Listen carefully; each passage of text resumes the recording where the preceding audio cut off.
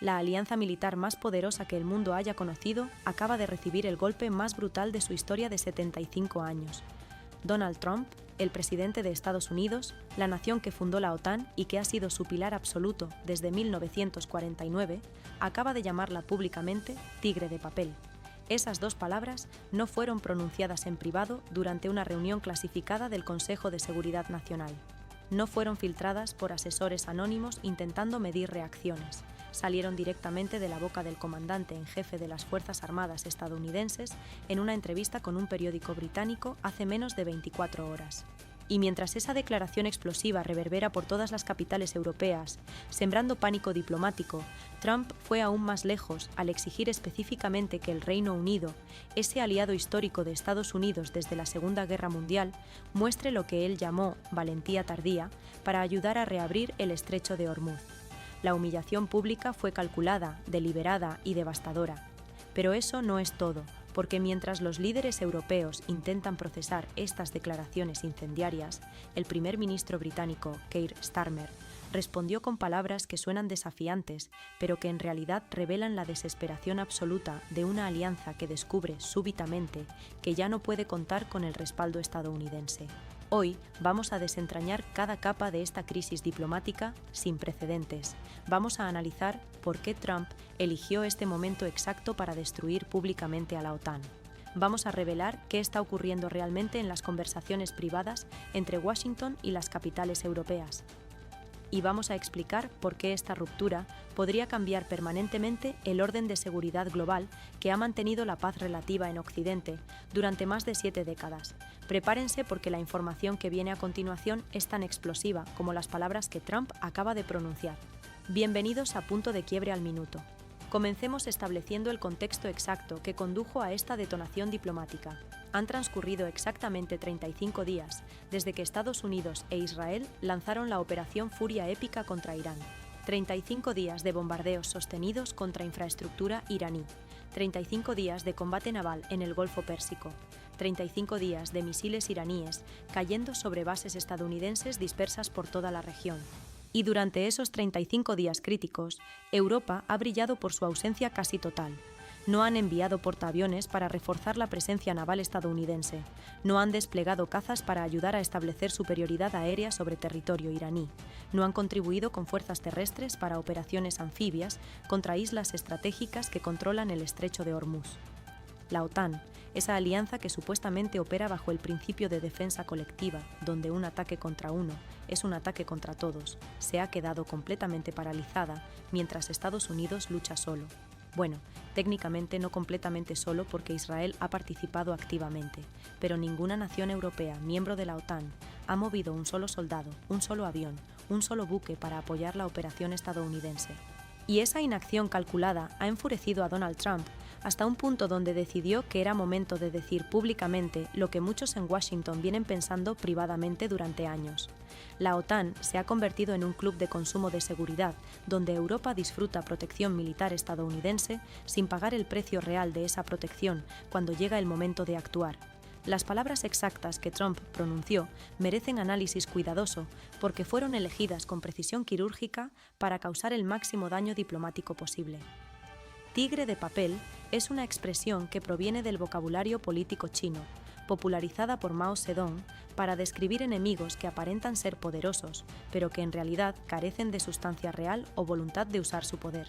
Al aplicar ese término específicamente a la OTAN, Trump está diciendo explícitamente que la alianza militar más grande del planeta es una fachada vacía. Tiene toda la apariencia de fuerza con sus 32 naciones miembro, sus presupuestos militares combinados que superan el $1 billón anuales, sus ejercicios conjuntos masivos, sus declaraciones grandilocuentes sobre solidaridad transatlántica. Pero cuando llega el momento de la verdad, cuando Estados Unidos necesita que esos aliados realmente peleen junto a ellos en una operación militar de alta intensidad, todos desaparecen detrás de excusas técnicas y preocupaciones legales sobre mandatos parlamentarios. La frase «valentía tardía», dirigida específicamente al Reino Unido, es aún más cortante porque lleva implícita una acusación histórica devastadora.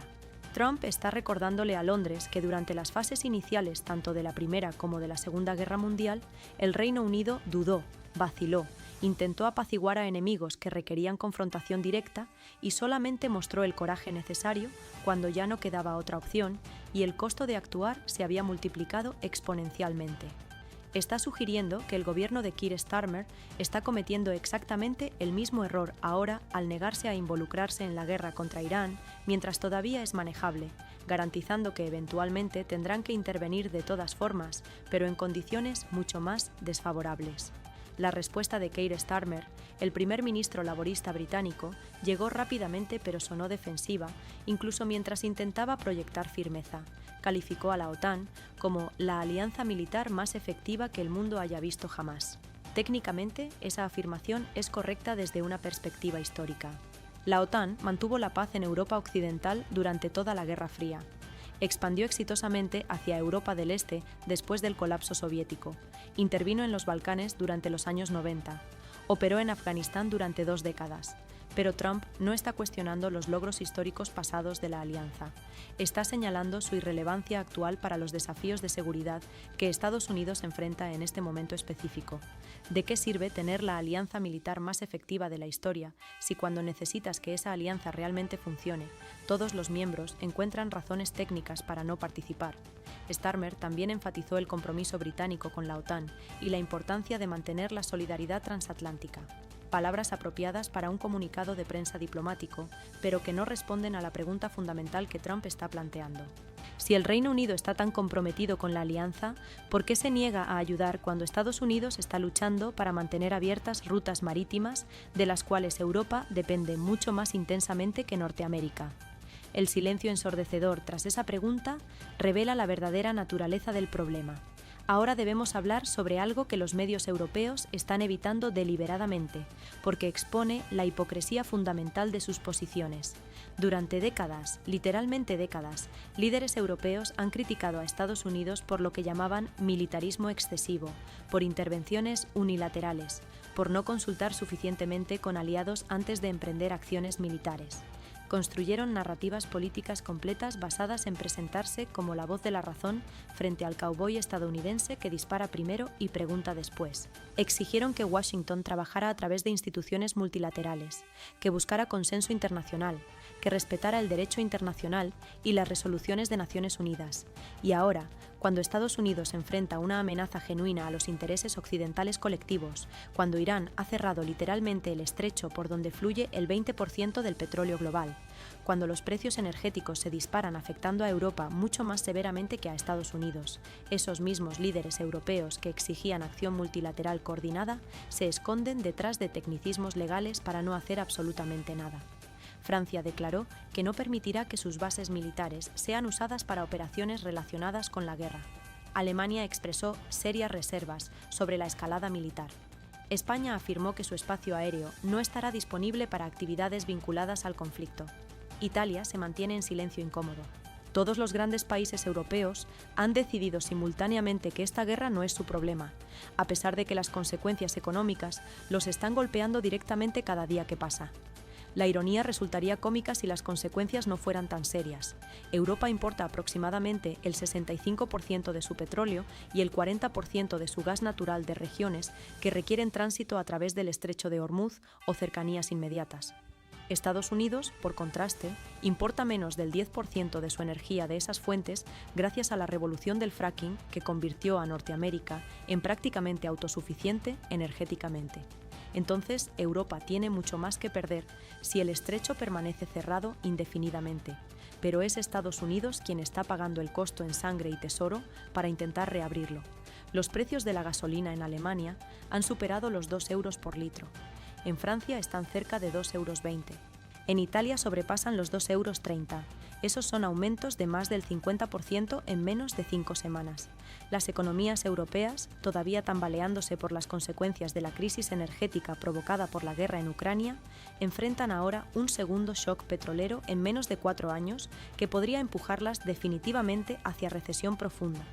Y a pesar de todo eso, Ningún líder europeo está dispuesto a enviar fuerzas militares para ayudar a resolver el problema que está destruyendo sus economías.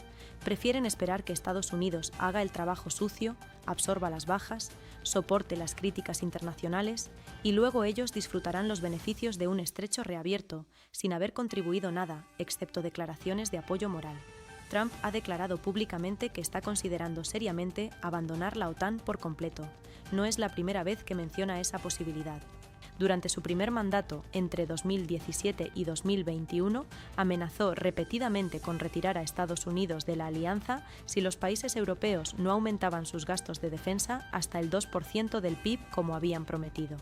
En aquel momento, la mayoría de analistas consideraban esas amenazas como tácticas de negociación diseñadas para extraer concesiones financieras, pero la situación actual es cualitativamente diferente porque no se trata de dinero. Se trata de voluntad política de actuar cuando la acción es necesaria, y esa es una deficiencia que ninguna cantidad de gasto militar adicional puede corregir. Pueden duplicar o triplicar sus presupuestos de defensa, pueden comprar los aviones más modernos y los tanques más avanzados, pueden entrenar ejércitos profesionales de último nivel. Pero si cuando llega el momento crítico sus gobiernos se niegan a autorizar el uso de esas fuerzas por miedo a bajas, por cálculos políticos internos, por preocupaciones sobre reacciones de opinión pública, entonces todo ese gasto militar es completamente inútil desde la perspectiva estadounidense. Una alianza militar que solamente funciona en teoría no tiene ningún valor práctico real. Las consecuencias de una retirada estadounidense de la OTAN serían absolutamente sísmicas para el orden de seguridad europeo. Inmediatamente, los países bálticos, Estonia, Letonia y Lituania, perderían la única garantía creíble que tienen contra posible agresión rusa. Polonia descubriría que sus inversiones masivas en defensa nacional durante la última década resultan insuficientes para defenderse sola contra Moscú. Alemania tendría que reconsiderar completamente su postura de seguridad después de décadas de dependencia del paraguas nuclear estadounidense. Francia probablemente intentaría llenar el vacío de liderazgo, pero carece tanto de capacidad militar como de credibilidad política para reemplazar a Estados Unidos. El Reino Unido enfrenta su propio dilema existencial, porque su relación especial con Washington ha sido el pilar de su política exterior durante más de 80 años. Europa podría intentar construir su propia alianza de defensa independiente, algo que han discutido teóricamente durante décadas sin nunca materializarlo, pero la realidad es que ninguna combinación de fuerzas militares europeas puede igualar remotamente las capacidades que Estados Unidos aporta a la OTAN. No tienen la logística para proyectar poder a gran escala. No tienen la inteligencia satelital necesaria para operaciones modernas, no tienen las municiones de precisión en cantidades suficientes, no tienen la experiencia reciente en combate de alta intensidad. Básicamente, Europa descubriría de la noche a la mañana que se quedó indefensa en un mundo cada vez más peligroso. Pero hay otra dimensión de esta crisis que conecta directamente con Venezuela y que muy pocos están analizando adecuadamente. La ruptura entre Estados Unidos y Europa sobre Irán fortalece enormemente la posición estadounidense en América Latina porque elimina cualquier posibilidad de que potencias europeas interfieran o compliquen las operaciones de Washington en el hemisferio occidental. Cuando Estados Unidos capturó a Nicolás Maduro el 3 de enero, varios países europeos expresaron preocupaciones sobre la legalidad de esa acción. Francia y Alemania solicitaron explicaciones formales. España, con sus vínculos históricos y económicos con Venezuela, insinuó que podría convertirse en mediador. Pero ahora, con Trump abiertamente hostil hacia Europa y cuestionando la relevancia completa de la OTAN, ningún líder europeo se atreve a desafiar directamente las acciones estadounidenses en Venezuela, porque temen que hacerlo podría ser la gota que derrame el vaso y provoque una ruptura definitiva de la alianza transatlántica.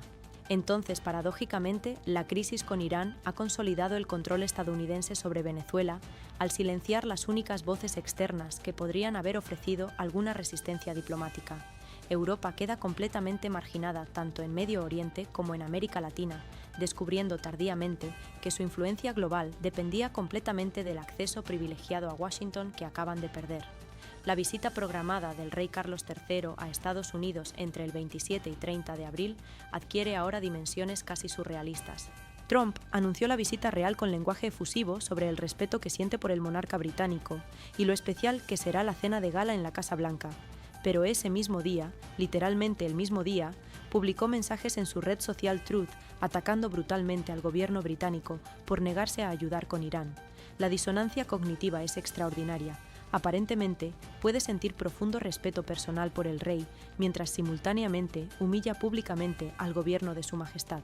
Esta es precisamente el tipo de comportamiento que vuelve loca a la clase diplomática tradicional, pero que Trump considera perfectamente normal. Separa relaciones personales de posiciones políticas. Puede invitar al monarca británico a una cena de estado suntuosa mientras exige que el primer ministro británico muestre coraje que Trump considera ausente.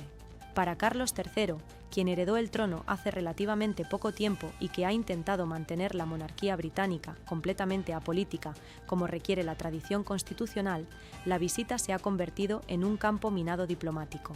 Cualquier cosa que diga o no diga será interpretada como posicionamiento respecto a la crisis con Irán. Si defiende a su gobierno, ofende a Trump. Si calla, parece validar las críticas estadounidenses. No existe manera de navegar esa situación sin consecuencias políticas. Ahora debemos hablar honestamente sobre algo que los defensores tradicionales de la OTAN no quieren admitir. Trump tiene razón en el diagnóstico fundamental, incluso si su estilo diplomático es brutalmente confrontacional. La alianza realmente ha perdido efectividad operativa porque sus miembros europeos han disfrutado durante demasiado tiempo de seguridad subsidiada sin tener que hacer los sacrificios que la defensa real requiere. Durante la Guerra Fría, cuando la amenaza soviética era existencial e inmediata, Europa mantenía ejércitos grandes con servicio militar obligatorio universal. Alemania Occidental tenía más de 500.000 de soldados en servicio activo. El Reino Unido mantenía guarniciones masivas en Alemania. Francia conservaba capacidad nuclear independiente y fuerzas convencionales substanciales, pero después del colapso de la Unión Soviética en 1991, Europa aprovechó lo que llamaron el dividendo de paz para desmantelar sistemáticamente sus capacidades militares. Eliminaron el servicio militar obligatorio, redujeron dramáticamente el tamaño de sus ejércitos profesionales, cerraron bases y vendieron equipamiento, desviaron recursos hacia programas sociales generosos, y pudieron hacer todo eso precisamente porque sabían que Estados Unidos seguiría garantizando su seguridad de todas formas. Construyeron sociedades de bienestar prósperas sobre la base de gasto militar estadounidense. Y ahora Trump está diciendo que ese arreglo cómodo ha terminado definitivamente. Las encuestas de opinión pública en países europeos revelan por qué sus gobiernos son tan reacios a involucrarse militarmente en Irán. En Alemania, más del 70% de la población se opone a cualquier participación militar en el conflicto. En Francia, aproximadamente el 65% rechazan enviar fuerzas. En España, cerca del 75% consideran que la guerra es problema estadounidense. Esos números explican por qué líderes electos democráticamente en esos países no pueden simplemente decidir unilateralmente enviar tropas incluso si personalmente creyeran que es lo correcto. Enfrentarían rebeliones políticas internas masivas, pero esa realidad de política doméstica europea es exactamente lo que frustra tanto a Trump. Desde su perspectiva, Estados Unidos también es una democracia donde los presidentes enfrentan presión pública y política. Sin embargo, cuando los intereses nacionales están en juego, los líderes estadounidenses están dispuestos a tomar decisiones impopulares y asumir los costos políticos. Europa, según Trump, ha perdido completamente esa voluntad de hacer sacrificios difíciles por el bien común de la alianza. Prefieren la comodidad de dejar que otros hagan el trabajo sucio mientras ellos mantienen las manos limpias y la conciencia tranquila. China y Rusia están observando esta ruptura transatlántica con satisfacción apenas disimulada. Para Beijing y Moscú, una OTAN fracturada y débil representa exactamente el tipo de orden global multipolar que han estado promoviendo durante años. Si Estados Unidos se retira de Europa, eso crea oportunidades enormes para expandir influencia china y rusa en el continente. Rusia podría intentar renegociar su relación con Europa desde una posición de fuerza aumentada. China podría ofrecer asociaciones económicas estratégicas que vengan con condiciones políticas implícitas. Europa descubriría que sin el respaldo de seguridad estadounidense tiene mucho menos poder de negociación frente a potencias autoritarias que no respetan las normas liberales internacionales que los europeos consideran sagradas. La ironía histórica sería perfecta. Europa pasó décadas criticando a Estados Unidos por supuesto unilateralismo e imperialismo, solo para descubrir que la alternativa al liderazgo estadounidense no es una gobernanza global más democrática y multilateral, sino un mundo dominado por autocracias que no tienen ningún interés en los valores liberales que Europa profesa. Desde Venezuela, donde la transición supervisada por Estados Unidos avanza según el cronograma establecido por Washington, el colapso efectivo de la solidaridad transatlántica representa una bendición estratégica inesperada. Los hermanos Rodríguez, que gobiernan interinamente el país bajo supervisión estadounidense estricta, observan cómo Europa pierde completamente cualquier capacidad de influir en asuntos hemisféricos. España, que históricamente mantuvo vínculos cercanos con Venezuela y que podría haber intentado mediar o suavizar condiciones de la transición, ahora está completamente marginada porque Madrid no puede arriesgarse a ofender más a Washington cuando la relación transatlántica pende de un hilo. Francia, que en el pasado ofreció respaldo diplomático a regímenes latinoamericanos que enfrentaban presión estadounidense, guarda silencio absoluto sobre Venezuela porque París necesita desesperadamente mantener canales de comunicación abiertos con la administración Trump respecto a crisis más urgentes en Medio Oriente y Europa Oriental.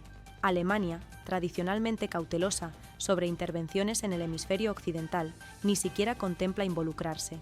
El resultado neto es que Estados Unidos tiene manos completamente libres para manejar la situación venezolana exactamente como considera apropiado, sin ninguna interferencia europea significativa. Esto es, punto de quiebre al minuto, reportando la crisis que podría destruir la alianza occidental. La OTAN enfrenta su momento existencial más grave desde su fundación. Europa descubre que 75 años de dependencia de seguridad estadounidense la dejaron incapaz de defenderse independientemente. Trump ha decidido que mantener una alianza donde solamente Estados Unidos está dispuesto a pelear cuando importa no tiene ningún sentido estratégico. Y mientras esta ruptura se profundiza, el mundo observa la desintegración en tiempo real del orden de seguridad que ha definido las relaciones internacionales occidentales durante 3/4 de siglo. Las próximas semanas determinarán si esta alianza puede salvarse o si presenciaremos su colapso definitivo. Manténganse informados, manténganse alertas, porque el mundo que emerja de esta crisis será fundamentalmente diferente del que conocíamos. Nos vemos en la próxima transmisión de Emergencia.